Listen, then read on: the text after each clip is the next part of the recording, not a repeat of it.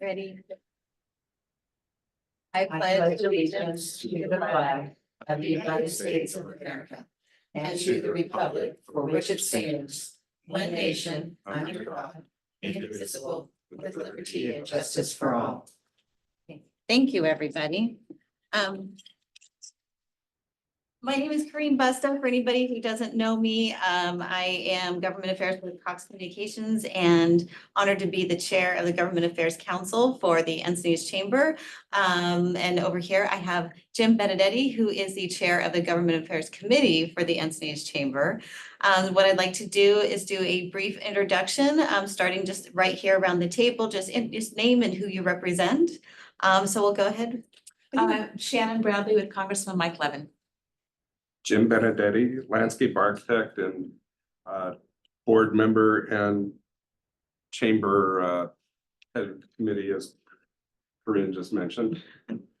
Matt Rubel, State Senator Catherine Blakespeare's office. Cipriano Vargas with Supervisor Tara Losser-Reamer. Allison Blackwell, Deputy Mayor for City of Encinitas. Emily Andrade, Encinitas Educational Foundation School Board Member. Sherry Yardley, CEO of the Encinitas Chamber of Commerce. So, Kristen, we'll start with you. Good morning, Kristen Gonzalez with Miracosta College. Amber Hi, good morning. Amber Turvert with Scripps Health. and Ross. Morning, everybody. Ross Tritt with Assemblymember Tosh Burner's office. Wonderful. So thank you so much for everybody joining today. So today, we're going to do things a little bit differently. So in lieu of doing a guest speaker, what I'd like to do is for everybody here to get to know the staff representatives and people representing educational systems a little bit better. So I'm going to extend the update reports, but I'm going to also add a couple icebreakers just so we can get a little bit more information about you all. So the icebreakers are going to be these two things. One, what is your favorite thing to do in Encinitas? Second is, what would be your superhero and why? So do we want to start? Actually, we're going to go down the agenda today. So yeah, if you can kind of ponder those two questions, that would be wonderful. So we're going to start. Actually, we're going to start with Shannon. You are up. And just the purpose of this all, and I do appreciate in advance for you all participating. It is just a wonderful opportunity for everybody to get to know one another on a deeper level than, just strictly giving an update. So I appreciate having a little bit of fun to kick off the summer. Just to make her more comfortable, do you want to start it since you really are the first person? To do it? That way you give us an idea of what you're looking for. Is it superpower or superhero we want to be? Superpower. What would your superpower be and why? Okay, so my favorite thing to do in Encinitas is to run down to the Kook. It's just fun to go people watching, and I just love the view. You can't get that view barely anywhere, except for maybe second to that, it'd be in Sorrento or Amalfi Coast in Italy. But besides that, having a view like you do heading down to the Kook is pretty hard to beat. And if I had a superpower, and my kids always thought I had this, was the power of being invisible, because I could always see what is going on and monitoring, especially my kids whenever they weren't there. I always thought that would be a fun and slightly dangerous one. So thank you. So hopefully that kind of gives you just a little bit of taste of what to share, and I appreciate you participating. So Shannon. Okay, well, I live a wonderful life in Encinitas, so it's hard to, my home was in Cardiff. I raised 3 kids there with my current husband. I mean, we've been at it a long time. I love the restaurants. We do a bike ride. We have a loop from our house that we go down to Swami's and then down to the Kook and around running. I don't know. It's hard to pick because there's so many good things. And a superpower, I know this sounds like a beauty pageant question, but I really wish that I had a superpower to bring people together to solve problems peacefully. If I could do that, the world would be a better place. All right, you want my update now too, or we're gonna go around? Oh, gosh. Then Well, please give your update, and then, take a little bit extra time. all right, so what happened in our office this week, Congressman Levin was at the White House earlier this week with President Biden to announce the executive action on the border. This will reduce the number of migrants he's attempting to reduce the number of migrants who can come in and seek asylum. This took place Wednesday night. The way it's set up is that once the number hits over 2,500 a day for a week, or an average, then they will shut the border until it goes down to 1,500 or below, and then reopen 14 days later. There are some exceptions for cases of asylum seekers, but for the most part, the plan is to do expedited removal to move them to Mexico or to their country of origin until we can get the numbers under control. So that was a big deal. The other thing, he had a good big win this last week. He was on the floor of the House on Monday and passed his post office renaming bill. This is a bill, the post office in Encinitas, excuse me, not Encinitas, in Oceanside, that was renamed for a woman named Charlesetta Reese Allen, who was the first Black-owned storefront and restaurant in Oceanside. She was the first president of the North San Diego NAACP, and she founded the Oceanside Girls Club. So this is a big deal to get a post office renamed. There were like 23 other members of the House doing the same thing. So Monday was all about post office renaming. He's also working on lowering homeowners insurance rates, although it's mostly a state issue. He and Congressman Schiff and Senator Warren and 20 others sent a letter to the Federal Insurance Office to get more transparent data on how the rates are being determined and try and bring them down. And he sponsored another act called the Disaster Resiliency Coverage Act, which would provide homeowners in disaster-prone regions with broad incentives to harden their properties against wildfire. And then finally, sand. He is continuing on his beach restoration efforts. Encinitas and Solana Beach are done. Oceanside is happening now. San Clemente is happening now. And he continues to work to bring more sand to our beach because he understands the economic and social value of that. And then finally, I don't know if I mentioned this last time, but we have a new interactive map on our website that you can explore all the federal funding that's been brought into the district. And the number now is just under 808 million since he took office. So And Shannon, the sand is not quite done in Encinitas. It stopped south of Beacons. So we got a couple more beaches and a little north of that, just kind of planting that seed. for you. Okay. Thank you. Well, the project itself. Yes, that one is done. But I read this morning that Carlsbad is dredging too, so I was thinking, oh, They're that supposed to sand actually might get come laid down again, Encinitas. so, you know, but They have the jetties, that's kind of stuff. Yeah, we don't get beach from sand. All right, duly noted. We'll work on beaches. so. couldn't resist. Good Thank night. you. Thank you very much. Wonderful. Does anybody have any questions or comments for Shannon? No, but I appreciate him working on insurance because Yeah. a lot of homeowners are losing insurance in the state of California. Yeah. It's getting really tough to get insured.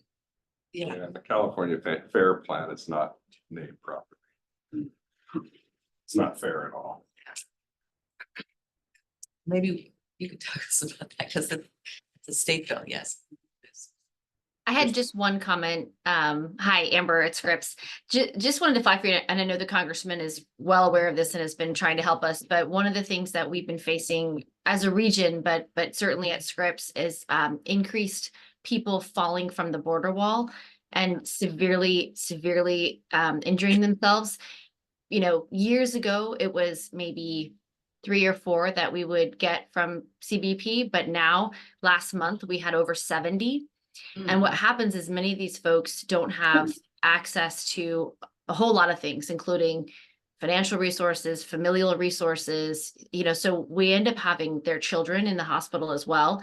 And it's just become it's a huge, I mean, obviously it's a humanitarian crisis, no question.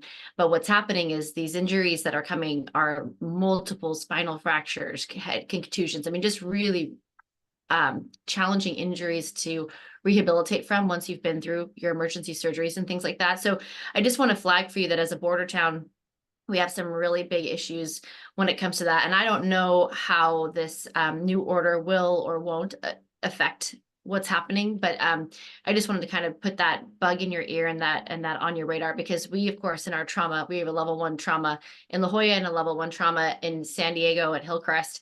We're getting a ton of border wall falls, of course, to Mercy and Hillcrest, but then we also, to our emergency rooms, get people who have been picked up who have you know, severe dehydration, and that's happening in all the hospitals, not just at Scripps, but those folks that are getting picked up, you know, in various parts of the desert and being brought to us in Chula Vista or to Sharp or to UCSD. So just want to kind of put that in your ear. We'll be trying to kind of pay attention to see how those issues are Yeah, affected. we're hearing that from UCSD as well, especially where they expanded the wall to 30 feet, where it had been 15 feet, that they're getting a lot of people falling. I mean, it's horrible. Yeah. Thank you. Yeah, absolutely. But the congressman's been really helpful, so thank you. Thank you, Amber. Does anybody else have any questions? Okay, wonderful. So we're gonna move right along to Matt. Favorite thing to do in Encinitas and what would be your superpower and why? So my favorite thing by far to do in Encinitas is go surfing. Yeah. It's one of the reasons why I moved here. I'm originally from Minnesota. Okay. I've been out here about 3.5 years. And my main surf spot is Beacons Beach. So I'm very grateful to see that the switchback is reopened and just excited to have that opportunity. My superpower, I would have to say, would be to be able to fly. I just think that would be really cool. Although I joke with my partner that it would be cool to have a tail. We have a dog with a very long tail. But being able to fly around, go up to Sacramento, go to DC and help people and to be able to see the world quickly, be able to move quick. Be incredible. I like that. You'd save all like the airfare and Yeah. baggage. I mean, that'd be great. Yes. And delays Yeah. and changes in I schedules. think you're onto something, Matt. When I'm in a good mood, I fly it when I'm asleep. Yes. Nice. Yeah. Yep. Nice. And it's Corrine. Corrine, yes. Corrine, it's nice to meet you. Nice to meet you face to face. Yes, absolutely. So I bring greetings from the office of State Senator Catherine Blakespear, who has been very busy in Sacramento. Some of you probably have been following the state budget and difficult decisions are being made. The legislature has to pass a budget by June 15th, which is next week. So they're busy working together to try and come up with a budget deal. Many of you probably saw that the governor had his May revise last month, which included several funding cuts. And legislators are talking with each other to figure out which ones they're able to restore. The senator has successfully shepherded 17 bills through the state Senate, all ranging on a variety of issues from sustainability, gun violence prevention, housing and homelessness. Yeah. Thank you very much. You're good.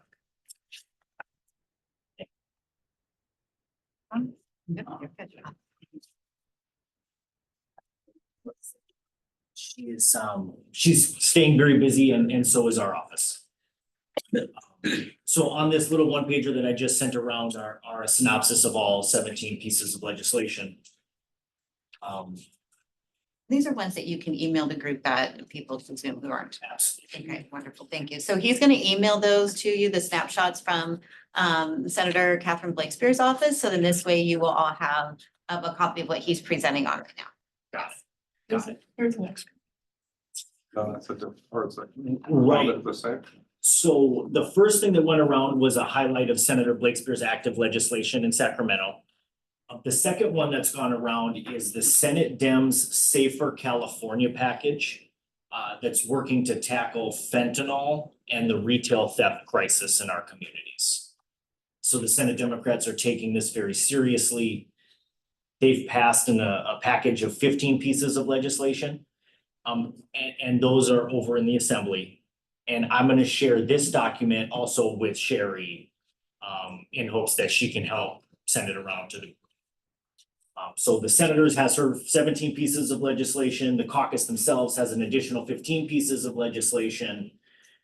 And that's what's happening in Sacramento. Down here in the district, we want to thank the chamber for leading an EcoFest, a tremendous event last Sunday.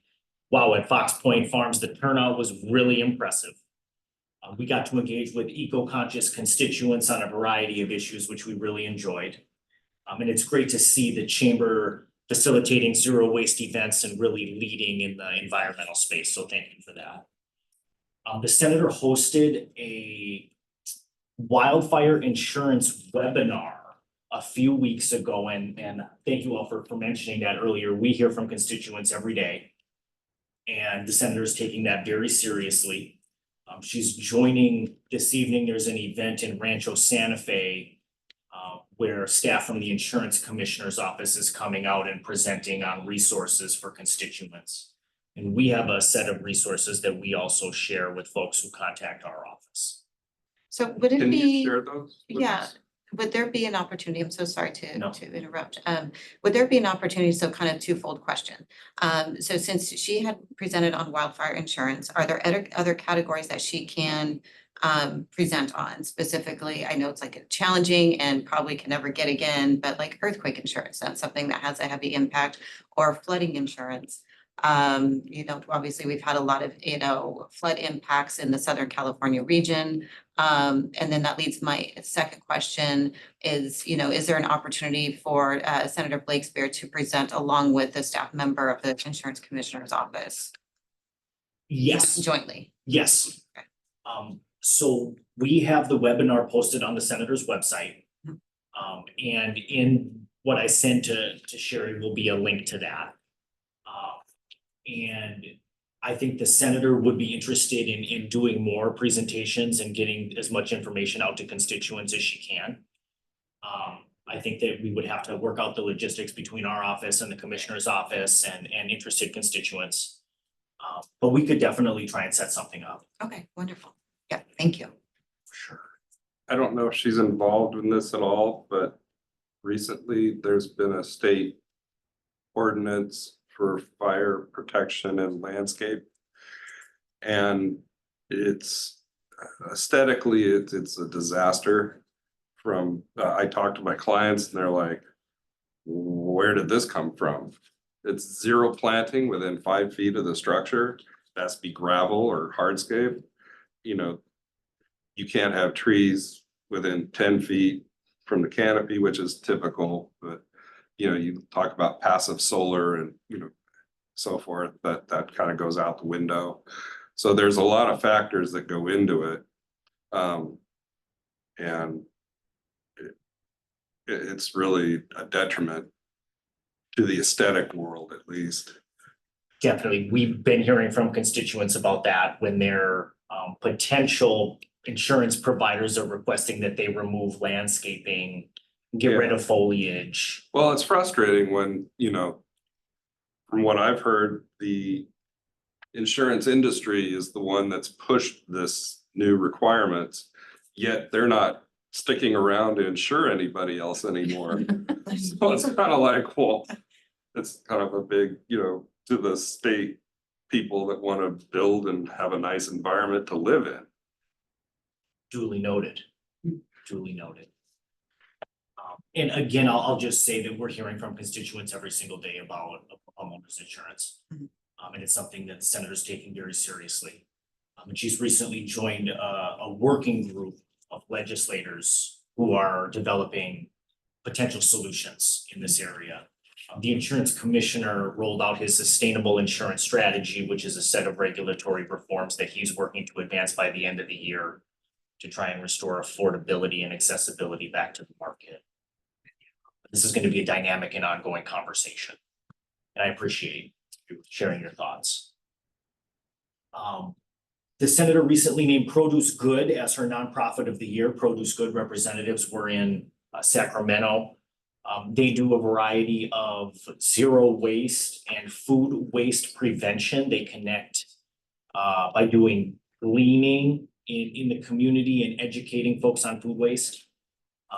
And then they bring those resources that they've gathered at groves and orchards to organizations like Feeding San Diego. And they're a very, very awesome group. We hosted a gleaning event with them earlier this year. The senator named Michael and Elizabeth Christensen as her champions of the month.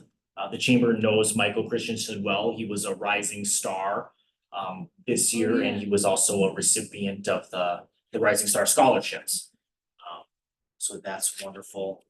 I guess I'll end by saying that the senator is hosting several events this summer. July 23rd, she's hosting a Women in Leadership event at the Oceanside Museum of Art. On the 25th of July, she's hosting her second annual Ending Homelessness Summit at UCSD. On the 30th, she'll be hosting a film screening of We Are All Plastic People Now with a panel discussion at Scripps Institution of Oceanography. And then lastly, on August 7th, she's hosting a webinar on recycling with the Solana Center for Environmental Innovation. Thank you for your time. I'm happy to answer questions. I know that I went on and on and on there. So Oh, perfect. This is great. What about the new tax for gas? Anybody talked about that? So, Jim, we're hearing from constituents on wildfire insurance every day. We're also hearing from constituents on this scheduled increase of the gas tax that's set to go into effect in July. Again, we're hearing from constituents every day. I think it's something that the senator and her colleagues are talking about in Sacramento. I can't say if they've developed any kind of proposal or solution. Hi, Bruce. I mean, I guess I would just say that the state is in a difficult financial situation right now. And we've been hearing from stakeholders about their disappointment with some of the funding cuts that people are talking about in Sacramento. And so I don't know what the future of that potential gas tax increase looks like. But I think it might be one way to help generate some revenue to help fund some of these cuts that are. It's just, people are hurting as it is now with the economy and the interest rates, and this 50% or 50-cent tax is significant. Thank you. Thank you. Thank you, Jim. Does anybody have any other questions? Okay, wonderful. So we're going to move along to the Assemblywoman's office. I will tee it up to you, Ross. So your favorite thing to do in Encinitas and your superpower and why? Okay, so I would say my favorite thing to do in Encinitas is I like downtown Encinitas. I kind of have like a routine where I'll start out on like a Saturday or Sunday on to Better Buzz, and then I'll go to like flashbacks after, and then go to the beach, and then I'll go to like I'll just check out one of the restaurants on the strip in the evening. So I really enjoy downtown Encinitas, is what I would say. And as far as superpower, I would probably say like controlling time, being able to like pause time or go back in time. That would be very useful in this job. I'd never be like caught off guard. I could just pause when someone asks me a question that I have to look up or think about. And then going back just to see some loved ones who I've lost, or even timing the stock market, that would be nice too. Yeah. And then as far, I like those questions, by the way. Thank you. That keeps things very fun. Yes. And then as far as my report, I just would first, just like what Matt said, I'd like to thank the chamber for hosting for organizing EcoFest. The member and all our team had a really great time at that event. We really enjoyed being part of it, and just really appreciate the chamber bringing together so many environmental leaders in our community, and just raising awareness and just fostering environmental activism in our community. We really appreciate that. And then the Assembly member also chose a nonprofit of the year. She chose the La Jolla Playhouse, and I was actually up in Sacramento for that luncheon yesterday. And it was a great event.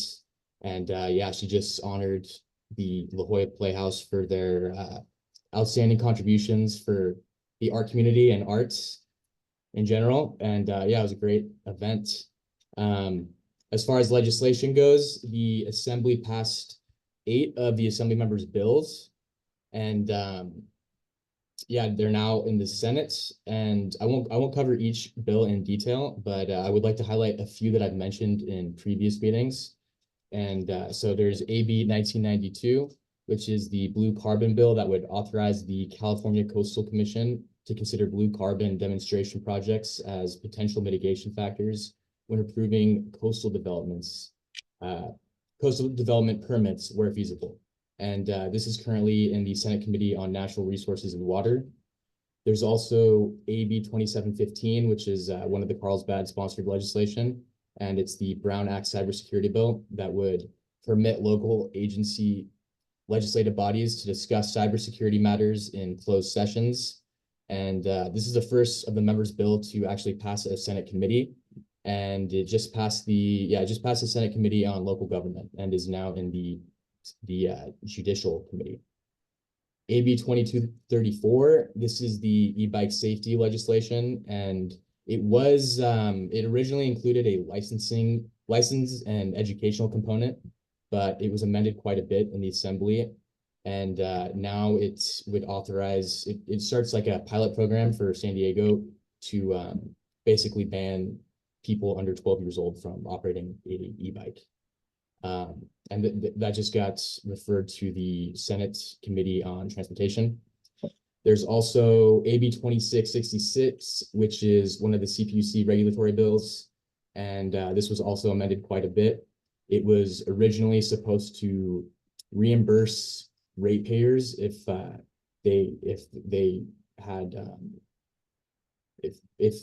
public or if the utility companies had made excessive profit on them, but it was actually determined to be unconstitutional. So it had to be amended quite a bit. And now it would require the CPUC to review cost reductions achieved by electrical or gas corporations following each general rate case test year and adjust the authorized revenue requirements for the next general rate case based on actual recorded costs. So yeah, we're hoping that this will bring down costs for consumers. And then before I go, I also wanted to invite everybody to our upcoming event that the Assembly member organized.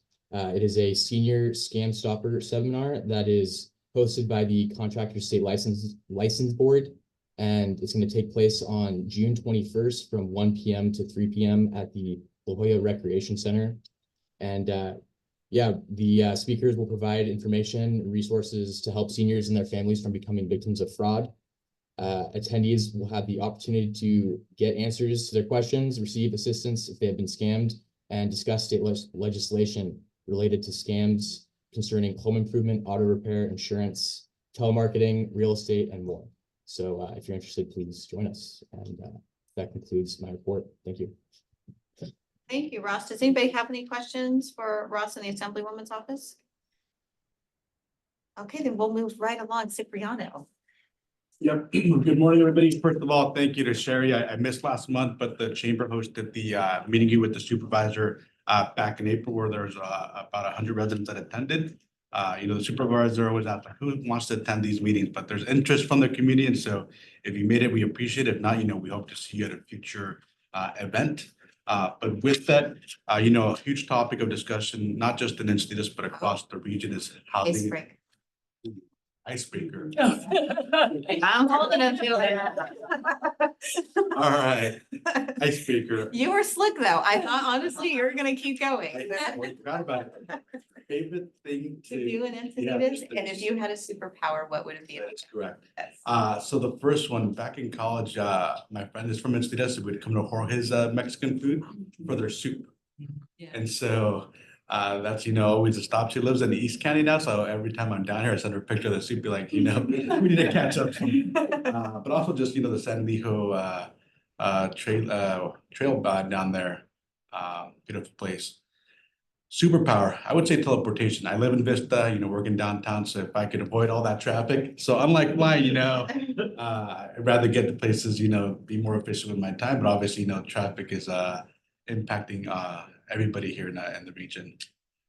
But yeah, thank you for the reminder. Absolutely, my pleasure. So going back to the report, yeah, housing and homelessness is a big topic for residents across the district. And so we continue to see further investments in housing and homelessness at the County of San Diego. Most recently, we expanded our senior rental subsidy program. So $500 a month for senior citizens who are faced of being evicted. We know that, people that are on fixed income are the ones that are more likely or at risk of becoming homeless. So we can reduce homelessness by preventing them from ever being on our streets. That's a victory on our end. And so the application's online. I'll send you the details if you know anybody that may qualify. Please encourage them to apply. In addition, we're in the middle of budget season. There is a hearing tonight. If you can't make it to the county administration building, you can submit your feedback online. The hearing does close on the 13th of next week, and so there's about a week left to provide feedback, and the board will ultimately, vote on the budget on June 25th. But investment, on public safety, on our libraries, on our housing and homelessness, like I mentioned, and with that, making sure that we continue to serve the residents of District 3. The search for the chief administrative officer has finally concluded. The Board of Supervisors has unanimously selected Ebony Shelton to lead the county here in this next phase. Ebony comes from the finance department, so she has a wealth of knowledge on the county budget, and so we look forward to working with her and making sure that we continue to serve the residents. But with there's a whole bio that recommend checking out, and I encourage you to invite her at a future meeting so that she can give her vision of what she'll be to accomplish at the county level as the new CAO. In addition, the supervisor held a meet and greet, not a meeting, sorry, an event with Scripps and the community housing work. So Amber, thank you for the connection with Paige. We are doing, some of the education for e-bike safety, helmets. We know that this is another issue along the coastal communities where youth are riding e-bikes and sometimes not wearing a helmet or not wearing a helmet appropriately. And so we had over 100 participants there. We're hoping to do more of these events. So we'll be looking at Encinitas and other areas in the region to do more of these events because education is key. And with, parents are definitely looking for information about that. Continuing off of that, we are, once again coming to the end of the fiscal year, but we had a Board of Supervisors meeting this week where the supervisor voted to expand behavioral health centers. There's going to be a new center coming up in East County. This is part of the crisis stabilization units that have been expanded by the Board of Supervisors. Funding also included funding for the Tri-City crisis beds. There's about, I believe, 16 beds that, will continue to be funded. This is in partnership with the Board of Supervisors and Tri-City Hospital. And so we know that, mental health crisis is something that we've seen an increase across the region. And so, we're doing our part here in North County to continue those efforts. And lastly, as a reminder, our fiscal year begins July 1st. So for those of you that are involved in nonprofits and are looking for support from grants from the county, please start getting your applications ready because, we start getting them on June 29th from many nonprofits across the region. Thank you, and happy to answer any questions. Yes. Question, AB 43, the implementation of that at the county level, that getting back to, that's the conservatorship, I believe. You remember that one? I do. So it was delayed. Yeah. I don't have the latest on that.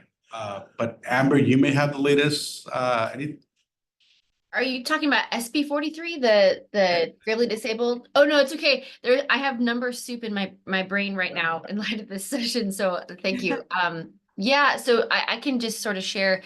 Last year, as you know, the county delayed implementation of the bill for 1 year. So we have until January 1st of 2025 to implement. Basically, what that legislation does is it changes the definition of gravely disabled. So such that individuals who are exhibiting or at risk of various behaviors and don't have the ability to care for themselves at a much lower level can be brought in on involuntary holds to hospitals.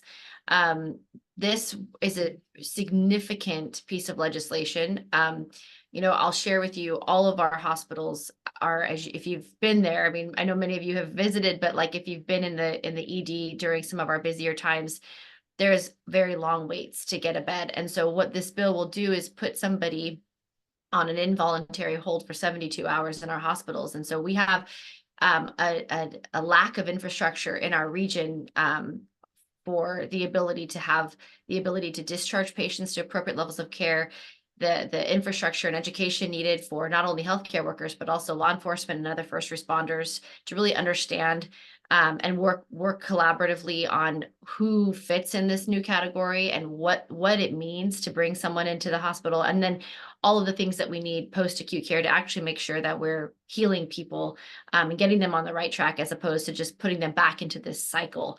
And so anyway, all of that work is underway. We've been meeting with the county, we Scripps, but also other healthcare providers as well have been meeting with the county to think through planning, to agree on definitions to work on education. So all of that is underway and has been.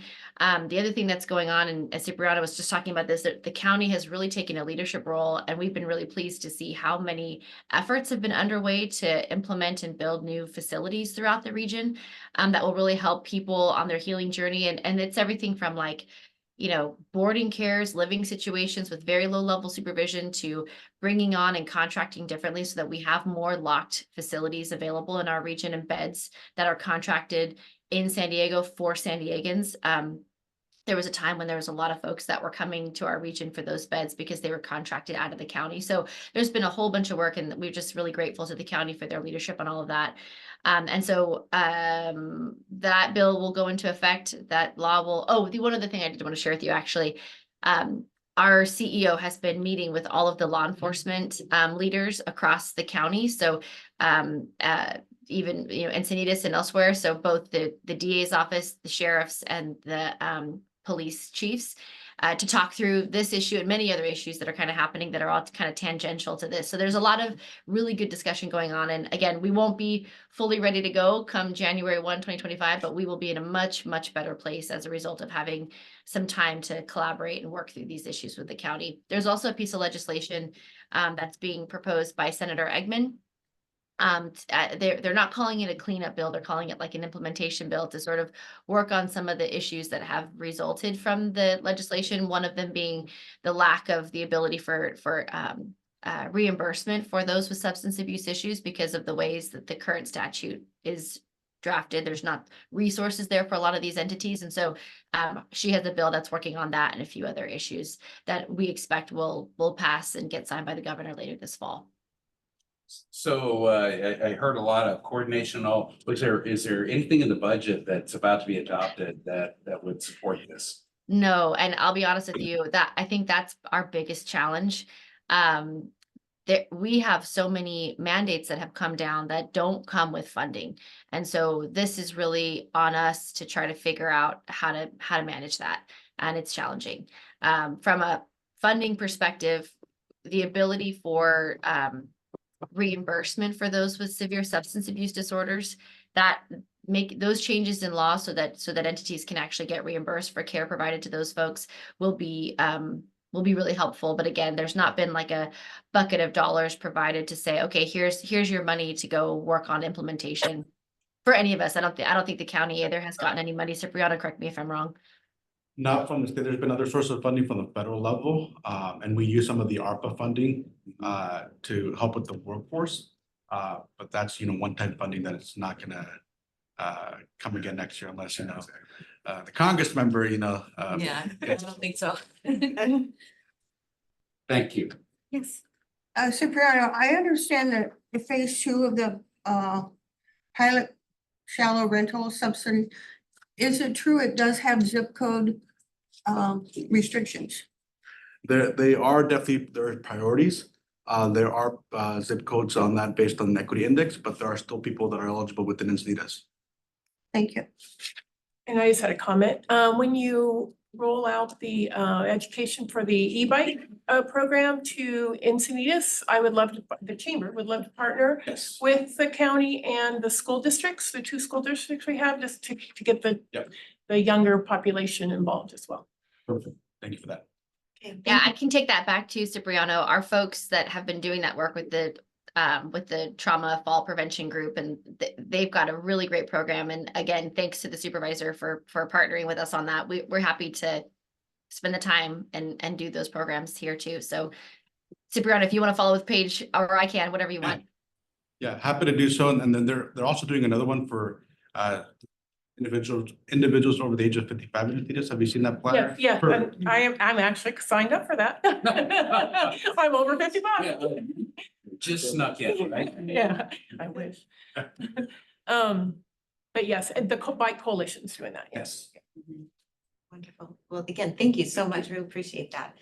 So I'm gonna move it right along to Ah, Mayor to Frankel for Encinitas. this City of Encinitas update. I'll give some updates. Councilmember Ayers is here, so you can also join in and provide any, but first the questions, right? Favorite thing to do? Everything to do is Super absolutely walk the beach, you know, Yeah. I usually enter at Grandview and I go as far as I can.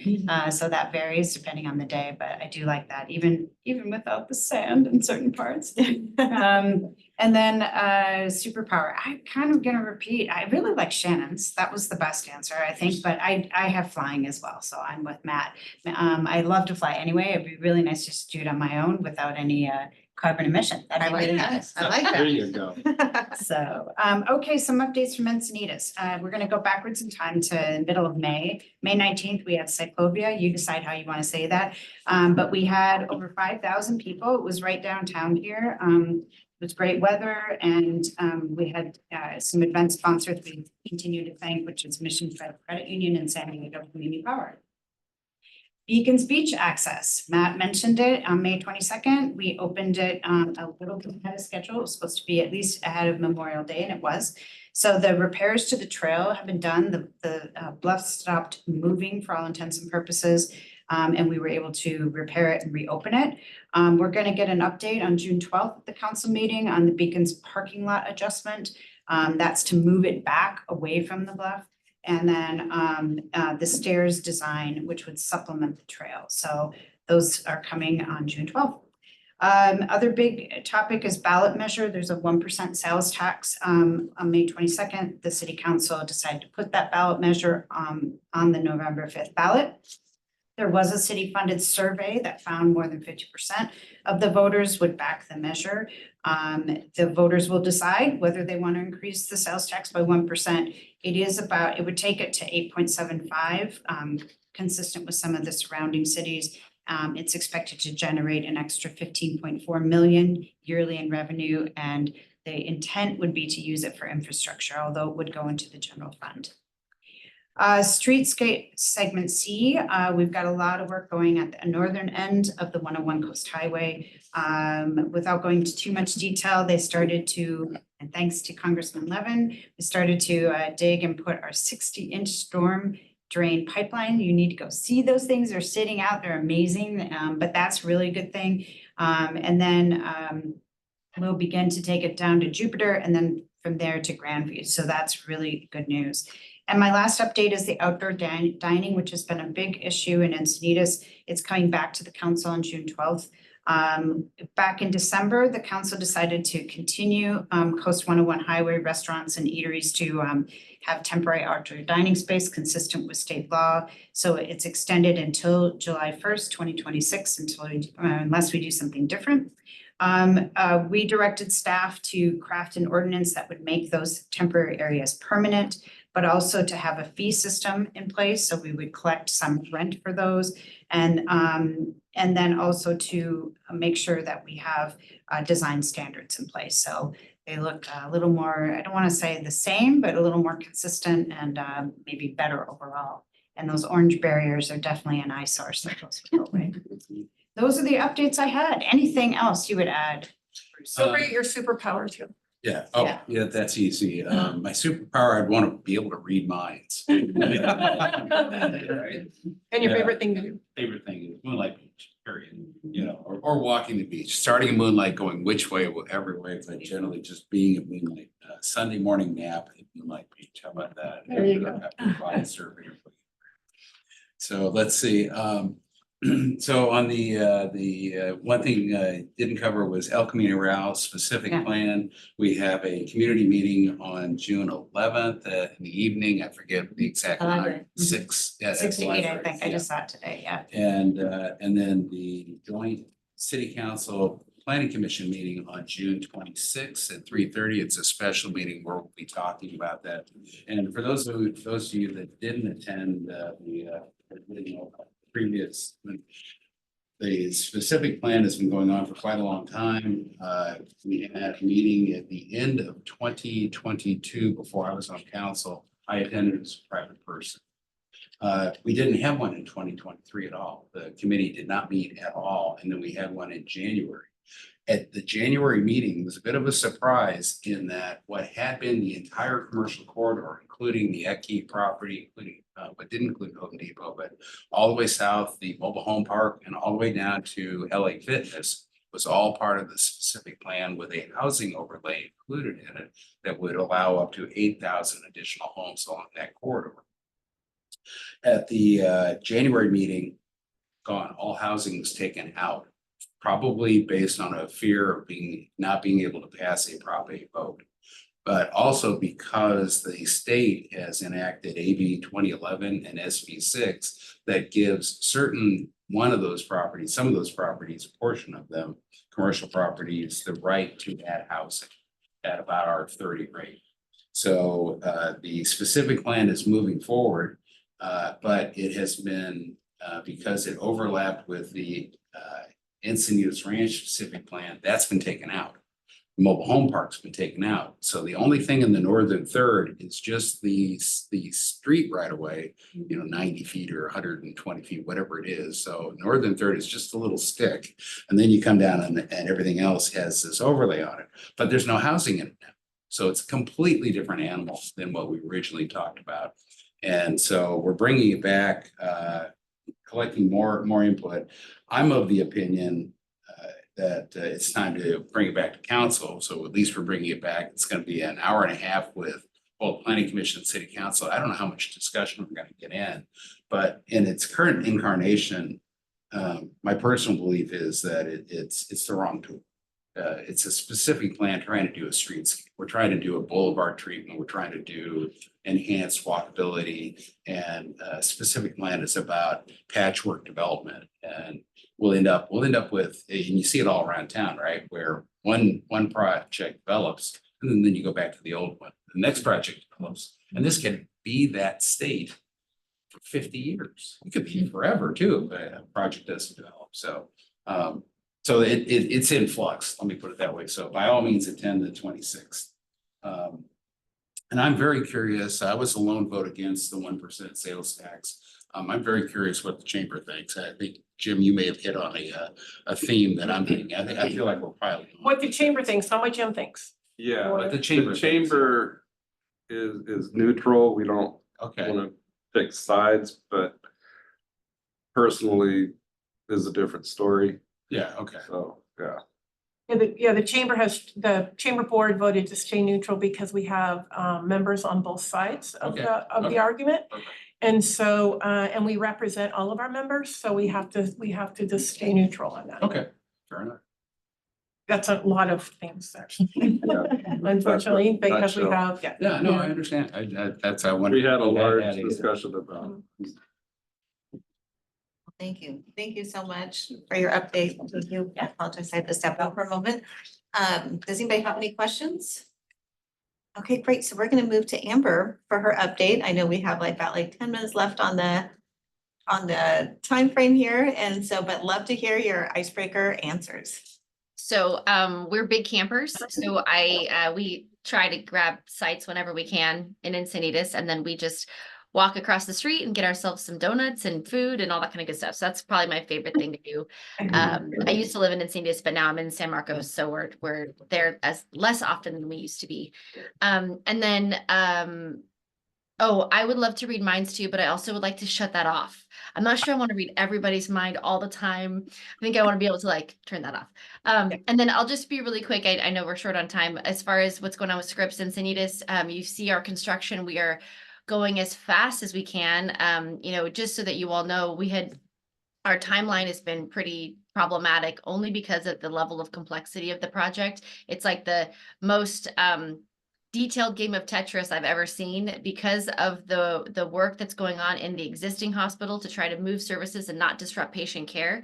It's not as simple as just kind of like building the new building. So if anybody wants to come visit or check it out, we would love to host you. And thank you so much for the chamber coming to visit with the board members. We really enjoyed having you all there. And like I said, at any time, we're happy to give those tours.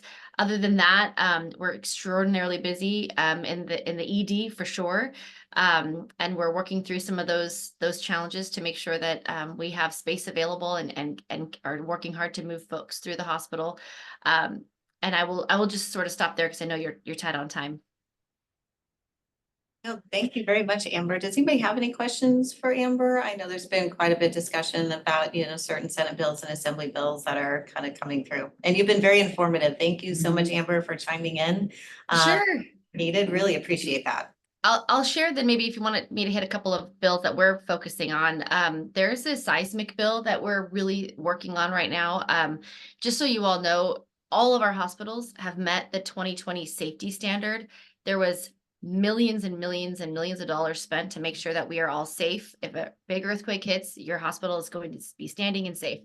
This 2030 mandate is an operational mandate that says basically, irrespective of what happens around you, power lines down, roads busted up, water pipes broken, you have to be fully operational. So that fully operational standard is extraordinarily challenging. Scripps is in the process of doing that work, but it's a 2.7 somewhere billion dollar deal for us. And that's not even, we're not even sure, honestly, if that's how much it's really going to cost, because when you look at Encinitas, the cost we budgeted for Encinitas with inflation and everything that we're experiencing in our economy right now has gone up by 38%. So we're very concerned about this 2030 mandate, and we need more time. And so we're working on a bill related to that at the state level right now that's moving through. The other thing, just when you talk about like all the budget issues that are going on, we're extremely worried. I mean, we have a huge behavioral health program. We have residency programs that get Song Brown funding that help with GME and all that kind of stuff. That's not just the universities. Scripps has been doing that for over 100 years. So we're very concerned about cuts that are going to really hit the workforce. And we're working on a lot of that at the state level right now as well. And then we have a bill on violence against healthcare workers. We're really tired of seeing our healthcare workers get beat up. We've had it. We are doing a ton of work on our end to make sure that we prevent these instances to every degree possible. And we've seen substantial reduction in injuries since we started all of our prevention programs. But we also need parity in the law for first responders that are attacked outside of our hospitals. We need that same parity inside of our hospitals. There's a bill that doesn't quite get there, but takes steps in the right direction that we're supporting, that would increase fines and penalties for folks that assault our healthcare workers. And so we are supporting that bill. Wonderful. Thank you very much, Amber. Great update. So we will now we're going to move to our educational updates. If anybody wants to provide an education. And that would be me. Thank you very much. I think what I love everything about Encinitas. I'm a native San Diegan, not many people my age are. And anywhere I've lived, I think Encinitas is truly God's country. And I like everyone, I love the beach, but you know what I think I like the most are the people. I think we were talking about it. I don't remember even where we were, but we were talking about it recently, and it's it feels like family. It really does. And I feel the same way about the Encinitas Union School District too. I love to visit the schools. I love to see the children, and I love the fact that we have such a great educational program. E-bikes, every child in the Encinitas Union School District has been educated by the Bike Coalition, and we are very much in control of what kind of bikes are coming to our schools, but we are K-6. The issues I see are 7, 12, a lot of 7, 8, because those kids, I live right off of Via Cantabria, and they fly down that road. But just real quickly, obviously the school year is coming to an end next Wednesday. Just to point out something, because last night I was at a gathering and someone was saying, well, when does the school district close? It doesn't ever close. It doesn't ever close. The district office will be open the whole year. The custodians or gardeners are at the schools the whole year. The school board typically cancels our July meeting, but other than that, we are still very much involved. But I did want to say that, next year, we've got a real focus on our new framework for the future and strategic plan, but a big emphasis on the Encinitas facilities plan. And probably the most important thing for me to share with you at the May meeting, the board voted to move forward with a bond measure for the November election ballot. And so some of the basic information, all schools in our district are now, all schools are now at least 25 years old. Pawleckee Central is over 100 years old. Ocean Knoll is 71 years old. So with aging facilities, even though we've passed bonds and we have tried to update, it just continually becomes an issue. We're looking at removing 13 portables that we still have in the district and putting in permanent structures. And when we say permanent structures, what do you call what we put in? They're like permanent relocatables. I mean, they're a little bit. Modular. Yeah, modular, that's, thank you, that's the correct term. And so many of our classrooms are undersized. When I was at OPE, we went to class size reduction. We reduced, classrooms at Capri when I was there. That what used to be 2 kindergarten classes or 3 kindergarten classes. And so we're trying to get classrooms back to a more typical size. And then the other things we're dealing with are just roof repairs, drainage issues, water sewer issues, and then finishing our kitchens. We still have a couple more to do, and upgrading safety things like fences and our preschool at Flora Vista. So it's a lot going on. And we have a general obligation bond that we hope to have on the ballot in November for 158.3 million. And it sounds like a lot, but it's nothing compared to what some of the districts around us do. Only bond projects can be paid for with bond funds. It's we have an oversight committee that monitors it, so it's very strict. So that's probably the biggest thing going on with us right now. And we sure appreciate everybody's support in November because it takes 55% to pass. Thank you. Does anybody have any questions? Yeah, do you see any reduction in students based on the demographics? We do have declining enrollment because I think it's mainly because no one wants to move. Yeah. And why would you? But it is impacting us some. We're not being impacted like some neighboring school districts, but we are impacted somewhat. Our enrollment used to be 5,400 and we're like 4,800 now, or 40. I remember at OPE when our kids went through, it was like 6 or 8? 7. No, 8, it was, 8 when I left kindergarten. OPE, the enrollment was 864 students. They're now down in Well, no, I'm 500. at kindergartens. Oh, yeah, like no, there were 6 6 kindergartens. There were, It's yeah, crazy. I remember. Yeah. No, but on the other hand, Lacoste Heights and Capri are our 2 biggest schools now. And look at the size of ECC. It was built for a larger capacity and they're in the 500s now too. So it's interesting. Yeah, it's interesting to see, but I will tell you that last week or a couple weeks ago at a special school board meeting, when they honored parent volunteer from OPE have been one of my students at OPE from kindergarten through 6th grade. Oh my gosh. Yeah, Jessica Toulson, I don't know if you ever knew the Toulsons, there were 6 of them, so, but yeah, she was one of my daughter's good friends, but yeah, she was the parent volunteer of the year, yeah. They're thankful. And for- last night I was at a meeting and a young woman who was volunteering to be involved in the Encinitas Educational Foundation said, we asked people to say something that was unique, cool about them. She said, I guess the coolest thing is that Mrs. Andrade was my principal at Lacoste Heights. My kid's principal too. Me and Jim, yeah, small world. Yeah. Love to see things going full circle. Oh, El Camino Creek. Oh. It's our newest school. Even though it's 25 years old now. Yes. Yeah. Well, just to be respectful of everybody's time, I don't see anybody here for public safety. So I'm gonna hand it back over to you, Sherry, just for a brief chamber updates. Okay, my favorite thing to do in Encinitas is actually to engage with the community. I love going to the different events and hugging and kissing and fist bumping or whatever it is, all the different people here in Encinitas, because I love our culture. I really do. It's that whole family feel, and it's my big family, even though I don't live here. And then my superpower would be to be everywhere all at once so that I can make a bigger impact. That's right, I don't make all those events, but that would be if I could do it, I would do it. I try, but I don't get much sleep, but I do try.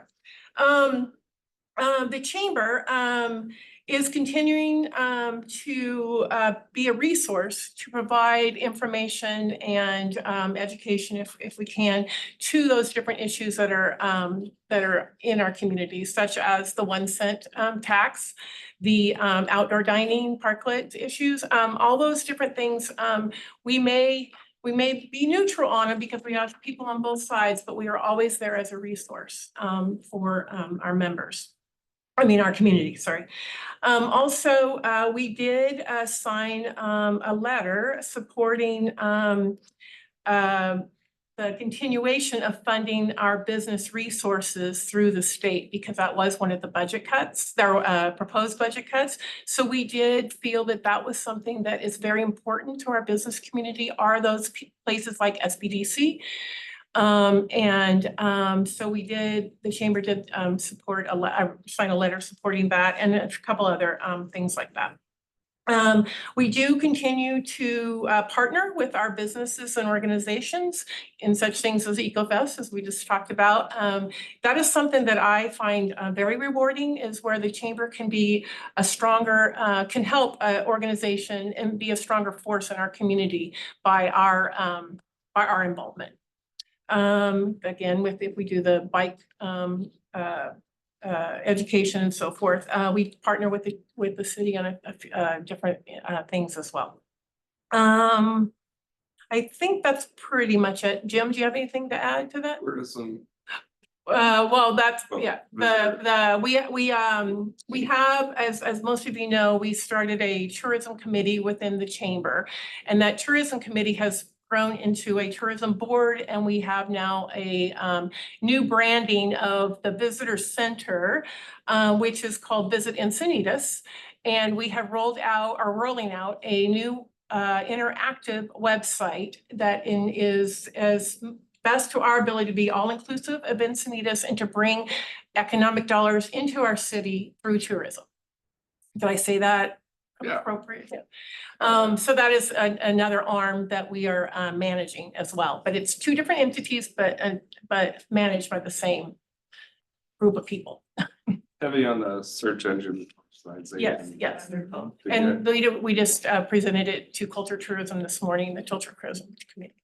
And we have we're presented it to other people as well. It's it'll be fully rolled out June 21st, which is the first day of summer, is the date that we're targeting. It has a soft rollout right now. So if you do want to go check it out, it is visitencinitasca.com.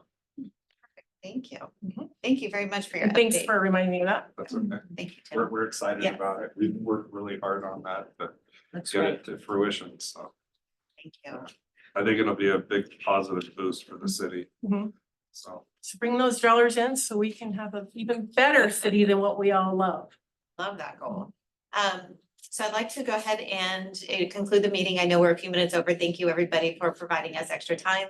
I would also like to ask the representatives to please email Sherry, myself, and Jim, just as far as your updates and any attachments that we can help present out to the community and to the chamber members, possibly put in newsletters, any way that we can kind of help promote that would be wonderful, and just be able to be informative to our guests as well. So our next meeting will be in August, which is crazy that we are in June again, but August, we will not have June gloom. So my hair will not be 8 feet wide. But thank you all for attending, and I look forward to seeing everybody in August. Enjoy your July. Bye. Sherry, I forgot to open my comments.